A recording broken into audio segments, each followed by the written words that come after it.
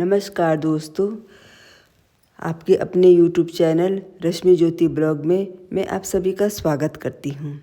आज का मेरा ब्लॉग आधारित है शक्कर और गुड़। शक्कर और गुड़, इसकी आवश्यकता किसे है और किसे नहीं है, मैं सब कुछ स्पष्ट करूँगी। यानी विशेष उपलब्धि के साथ मैं सब कुछ स्पष्ट करती हूँ। सर्वप्रथम शक्कर की विशेषताओं के बारे में जान लेते हैं। शक्कर जो कि मशीनों द्वारा तैयार किया जाता है, इसलिए इसको कई प्रकार के केमिकल से होकर गुजरना पड़ता है जो आप सोच भी नहीं सकते। सिर्फ इसकी मिठास को सुरक्षित रखा जाता है। इसमें किसी भी तरह की विटामिन्स की प्रधानता बिल्कुल भी नहीं है। शक्कर का अत्यधिक इस्तेमाल हमारे शरीर में मौजूद हड्डियों को चकनाचूर यानी कि गलाने की ताकत रखता है, लेकिन आज तक इस तथ्य को गोपनीय रखा गया है, यानी इसे छिपाया गया है। यानी शक्कर में इतनी सामर्थ्यता होती है कि हड्डियों को बिल्कुल चकनाचूर करने में सामर्थ्यवान है। इसलिए बहुत ही सूझबूझ से इसको खाने की आवश्यकता है। इसकी आवश्यकता हम में से किसी को भी नहीं है, फिर भी 1 से 2 चम्मच खाया जा सकता है। इसके प्रभाव को कम करने के लिए दालें, हरी सब्जियां अधिक मात्रा में खानी चाहिए। दूध भी पिया जा सकता है, लेकिन बिना शक्कर के। अत्यधिक श्रम भी इसके प्रभाव को कम करने में पूर्ण सहायक है। हमने जो शक्कर के विषय में जो मैंने ब्लॉग प्रस्तुत किए हैं वो सत्यता से परिपूर्ण है। अब रही गुड़ की विशेषताओं के बारे में, वो तथ्य प्रस्तुत करती हूँ जिसकी आप कल्पना भी नहीं कर सकते। ये चेहरों के काले धब्बे, सफ़ेद दाग और झाइयों को बढ़ाने का कार्य बड़ी शीघ्रता के साथ करती है। यानी गुड़ की विशेषता यही है कि ये सारे सिस्टम को बढ़ावा देती है। यानी चेहरों के काले धब्बे, सफ़ेद दाग और झाइयों को बढ़ाने का कार्य बड़ी शीघ्रता के साथ करती है, जो आप सोच भी नहीं सकते। ये भारी भरकम शरीर को फुलाने का कार्य भी बड़ी तेज़ी के साथ करती है। गुड़ की आवश्यकता केवल उन्हीं लोगों के लिए है जो अत्यधिक श्रम करते हैं। परिश्रम करने के दौरान हमारे शरीर के भीतर मौजूद सेल्स यानी परिश्रम करने के दौरान हमारे शरीर के भीतर मौजूद सेल्स जो कि टूटकर बिखर जाते हैं, ये उन्हें जोड़ने का कार्य बड़ी तत्परता के साथ करती है, जो आप कभी सोच भी नहीं सकते। गुड़ और शक्कर दोनों ही अपने मिठास के लिए ही जाना जाता है। हमारे शरीर में इसकी प्रतिक्रियाएं तो देखिए, दोनों की प्रतिक्रियाएं बिल्कुल समान हैं। दोस्तों, इसकी प्रतिक्रिया आप अचंभित होकर सोच सकते हैं। हमारे शरीर में इसकी प्रतिक्रियाएं तो देखिए, दोनों की प्रतिक्रियाएं बिल्कुल समान हैं। ये हमारे शरीर में प्रवेश करने के पश्चात ये उन जीवाणुओं को बुलाने का कार्य करती हैं। यानी गुड़ और शक्कर का दोनों का कार्य ये है कि जीवाणुओं को आमंत्रित करना, यानी व्यर्थ के जीवाणुओं को आमंत्रित करना, जो कि हमारे शरीर में इसकी आवश्यकता बिल्कुल है ही नहीं है। इससे डायबिटीज यानी मधुमेह को बढ़ावा मिलता है। गुड़ और शक्कर के बारे में हमने जो ब्लॉग प्रस्तुत किए हैं वो सत्यता से परिपूर्ण है, इसमें कोई संदेह नहीं है। तो दोस्तों, आज की मेरी रेसिपी है बीट रूट यानी चुकंदर का हलवा। तो आइए मैं आपको दिखाती हूँ। तो ये मैं 2 लीटर दूध से मैं खोया तैयार की हूँ, जो कि लगभग 400-450 ग्राम मेरा खोया तैयार हुआ है। ये मेरा बीट रूट है, जिसको मैंने छील कर धोकर साफ करके मैंने कद्दूकस किए हैं, जो कि 800 ग्राम तक के लगभग है। और मेरा 400 ग्राम तक ये खोया है, 400 से 450 ग्राम तक का। और मेरे 200 ग्राम तक मेरा शक्कर है, शक्कर की क्वांटिटी है।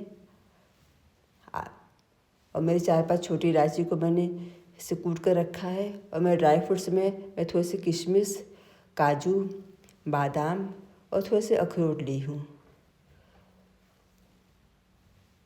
और मैंने गैस पर उसी कढ़ाई को मैंने रखा जिसमें मैंने खोया तैयार किया था।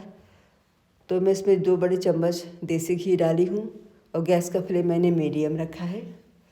मेरा घी थोड़ा सा हल्का सा गर्म होने पर मैं पहले इसमें थोड़ा सा किशमिश जो है थोड़ा सा फ्राई कर रही हूँ, क्योंकि वो जल्दी ये फ्राई हो जाते हैं।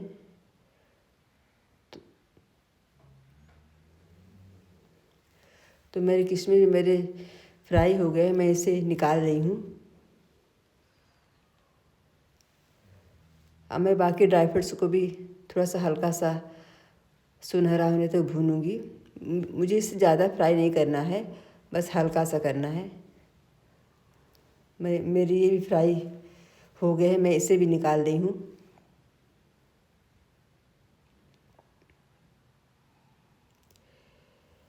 अब मैं उसी घी में मैं अपने बीटरूट को डाल रही हूँ।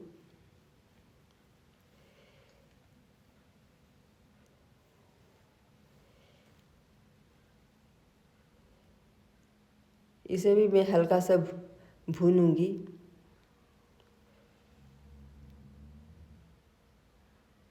गैस का फ्लेम मैंने अभी मीडियम रखा है।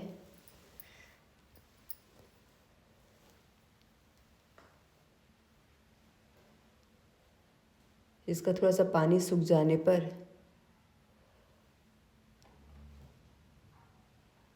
अब मैं इसमें शक्कर डाल रही हूँ।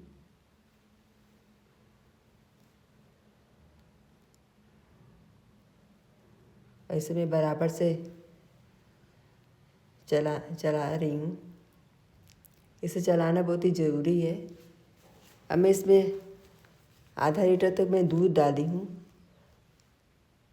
ताकि थोड़ा सा सॉफ्ट हो जाए अच्छी तरह से। अब मैं इसे ऐसे पकाऊंगी, ऐसे खुला ही मैं इसे पका रही हूँ 3 से 4 मिनट तक, यानी दूध के सूखने तक मैं थोड़ा सा और पकाऊंगी इसको।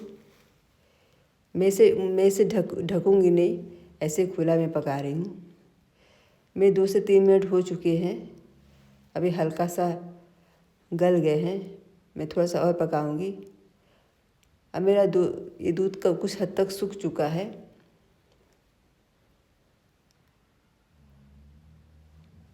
चार से 5 मिनट हो चुके हैं। अब दूध भी मेरा थोड़ा सा सूख चुका है।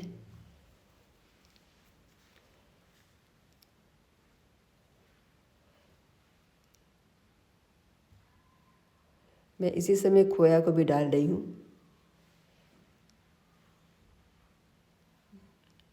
जिसे कुछ लोग मावा भी कहते हैं। अब मैं इसे अच्छी तरह भून रही हूँ चलाकर। इसे बराबर चलाते रहना है ताकि नीचे लगे ना। और मैंने गैस का फ्लेम थोड़ा सा मीडियम रखा है। अब मैं ड्राई फ्रूट्स को भी डाल रही हूँ। मेरा हलवा लगभग बन के तैयार हो गया है।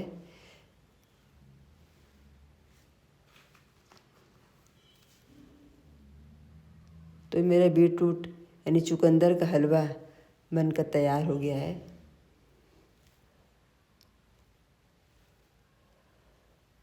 अब मैं इसमें छोटी इलायची जो मैंने 4-5 कूट कर रखी थी वो भी मैंने डाल दिए हैं।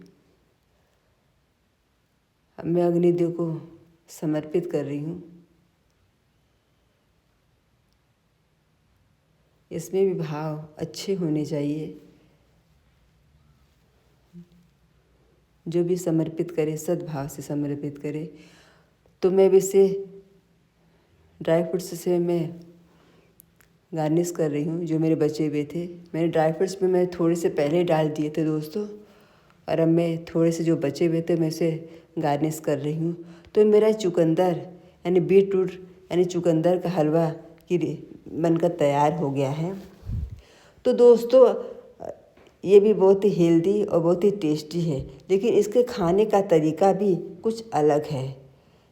तो मैं आपको बताती हूँ। इसे भोजन के उपरांत ही प्रयोग में लाना चाहिए, यानी इससे भोजन का पाचन भी बड़ी शीघ्रता के साथ होता है, जो आप सोच भी नहीं सकते।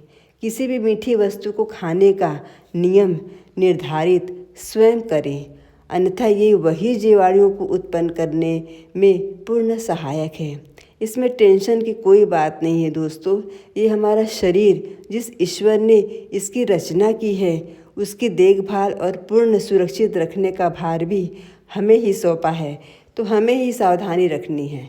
तो मीठी चीज़ खाइए, लेकिन हाँ परिश्रम के साथ खाइए। सुबह से शाम तक इस शरीर को जितना हद तक आप परिश्रम के साथ इस्तेमाल करेंगे, ये शरीर उतना ही आपका साथ देगा। तो दोस्तों आज का मेरा ब्लॉग शक्कर और गुड़ पर आधारित है। मेरा ब्लॉग आपको कैसा लगा, जो कि सत्यता से परिपूर्ण है। और साथ ही मेरी ये चुकंदर यानी बीटरूट यानी चुकंदर की हलवा की रेसिपी आपको कैसी लगी। यदि आपको पसंद आए तो इसे लाइक ज़रूर करिएगा और कमेंट करके बताइएगा कि आपको मेरी ये ब्लॉग और साथ ही मेरी रेसिपी आपको कैसी लगी। और हाँ, इसे अपने दोस्तों के साथ भी शेयर ज़रूर करिएगा और मेरे चैनल को सब्सक्राइब भी ज़रूर करिएगा। और जो घंटी दिख रही है उसे प्रेस ज़रूर करिएगा दोस्तों, ताकि समय से समय आपको मेरी हर नई वीडियो की नोटिफिकेशन आपको मिलती रहे। तो मिलते हैं दोस्तों आपको अगली वीडियो में। तब तक के लिए नमस्कार और अपना ख्याल रखिए।